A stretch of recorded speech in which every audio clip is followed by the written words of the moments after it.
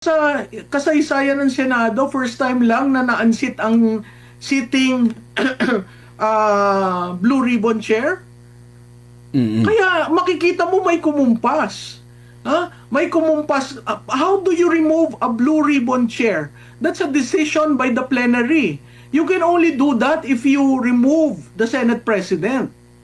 You cannot remove a chairman sa plenary kasi collective yan eh. So they had to remove the sitting Senate President in order to remove the sitting Blue Ribbon Chairman. And after they were removed, look what happened. 'Di ba?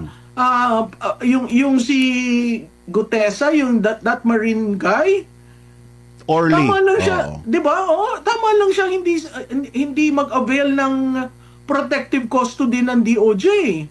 Why? Hindi siya safe. Tingnan mo, nagtago yung tao, 'di ba? Dahil malalim yung sinabi niya. He was able to name the staff of Saldico. He was able to identify the places where they delivered the money, where they got the money, how they did it. Pero Ang nagawan hindi na- pero ang nagawan hindi- nagawan ang hindi nila lang ang hindi lang natin alam, Paul, is paano ba yung scheme ng operation nila?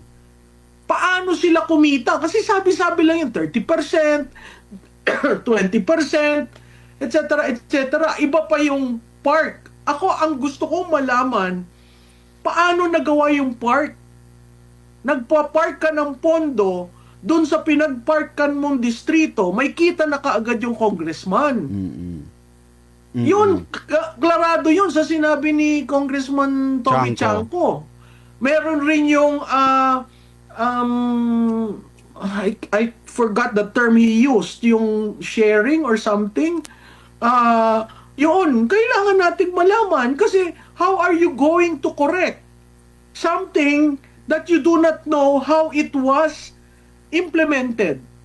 'Di ba? Itong mga DE ng Bulacan, etc., etc. Oo, nakaka-shock ang mga sinabi. Pero ilang district engineer ang ganyan? Huwag mo sabihin sa akin, sa Bicol, kung saan doon si Congressman Saldico, walang ganyan. At hindi mas malala doon, huwag mong sabihin sa akin sa distrito ni Speaker Martin Romualdez,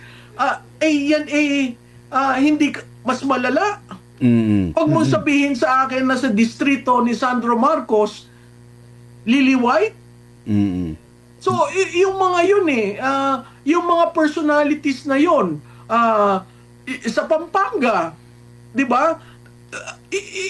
Tapos, i-correlate mo yan sa ilang bang legislator ang kontratista o merong member ng pamilya na kontraktor.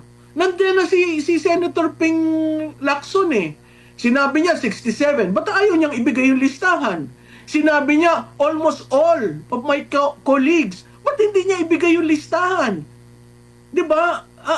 Yun ang ako'y nalulungkot dahil ginagawang tanga ang publiko.